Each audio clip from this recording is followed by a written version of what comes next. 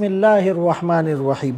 ذی الحجہ کا مہینہ شروع ہونے والا ہے اور عشرہ ذی الحجہ یعنی پہلا عشرہ، اس کی بہت فضیلت ہے۔ قرآن کریم میں 30ویں پارے میں سورۃ الفجر میں جو والفجر ولیال عشر، فجر کے وقت کی قسم اور 10 راتوں کی قسم اللہ نے اٹھائی ہے۔ اللہ کو قسم اٹھانے کی ضرورت نہیں، لیکن اس کی عظمت اور فضیلت کو بتانا مقصود ہے۔ تو ان 10 راتوں کی قسم، جمہور مفسرین کے نزدیک ان 10 راتوں سے مراد ذی الحجہ کا پہلا عشرہ ہے، اور فرمائے اس کے ہر دن روزہ رکھنے پر 1 سال روزوں کا ثواب ملے گا، ہر رات عبادت پر شب قدر کی عبادت کا ثواب ملے گا، خصوصاً 9 ذی الحجہ جو یوم عرفہ بھی ہوتا ہے، اس دن کے روزہ رکھنے پر 1 سال پچھلے اور 1 سال آئندہ گناہوں کی بخشش بھی ہو جائے گی۔ اور چونکہ یہ شب عید بھی ہوتی ہے، عید الاضحیٰ کی رات بھی ہوتی ہے، اور عیدین کی راتوں کو عبادت سے زندہ کرنے والے،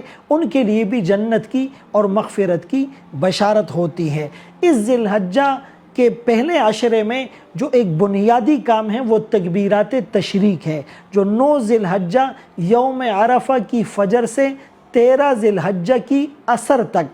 ہر نماز کے بعد، چاہے کوئی تنہا نماز پڑھے یا جماعت سے پڑھے، مردوں کے لیے بآواز بلند اللہ اکبر لا الہ الا اللہ واللہ اکبر اللہ اکبر وللہ الحمد یہ پڑھنا واجب ہے۔ البتہ خواتین آہستہ آواز کے ساتھ اس عمل کو سر انجام دے۔ تشریق کا مختلف معنی مفسرین نے، علماء نے لکھے ہیں، یا تو اس میں گوشت کاٹ کر رکھا جاتا ہے، اور یا اس کے اندر روشن ایام ہوتے ہیں، تو اس کی ضرور آپ تاکید اور اہمیت اپنے ذہنوں میں رکھیں۔ سوشل میڈیا پر سب سے قدیم اور سب سے ریلائبل برانڈ درسقرآن.com